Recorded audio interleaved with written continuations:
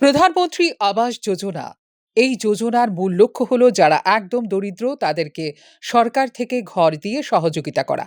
তবে আজও ত্রিপুরা রাজ্যে এমন কয়েকজন দীনদরিদ্র লোকেরা রয়েছেন যাদের কপালে জুটল না এই যোজনার মাধ্যমে একটি সরকারি ঘরও।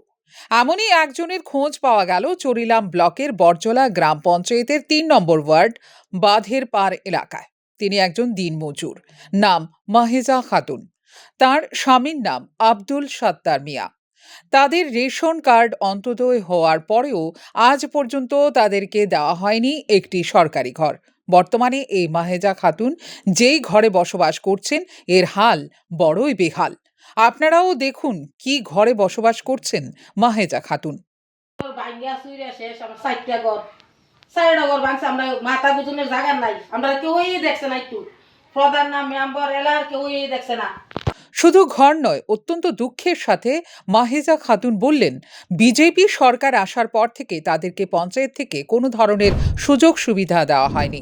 এসব কিচ্ছু পাইছি না, আমরা ঘুমানোর জায়গা নেই, আমরা মাথা গুজে যায়, আমার বাচ্চা বাচ্চা লয়ে ঘুমায়, আমার এই জায়গাটা নাই, আমার বাড়ি ঘর কিচ্ছু নেই, শেষ ভাঙ্গা হিলে ভাঙ্গা চুরে শেষ, মাথা গুজনের জায়গা নাই, ৩টা ৪টা ঘর কিচ্ছু তান বলতে রাখছে না, হিলে তুহা নেই, আমরা খাইতাম পারি না, আমার দিন মজুর, আমি কাজ করে খাই, আমি মানুষের বাড়িতে কাজ করে খাই, আমার কেউ দেখশন করে আন্ডারে আই সেটা বলে কুদুর কইব, বলে সান্ত্বনা দিব, তোমরা গটি ভেঙেছে কই থাকবা কই ঘুমাইবা, এই সান্ত্বনা দই না লাগে কেউ হয়েছে না, প্রধান হয়েছে না, মেম্বার হয়েছে না, এলাকার কেউ হয়েছে না।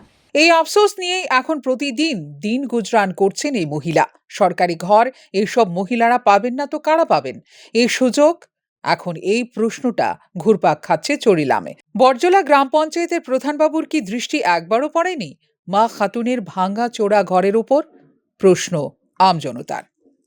ফিউরো রিপোর্ট, নিউজ নাও।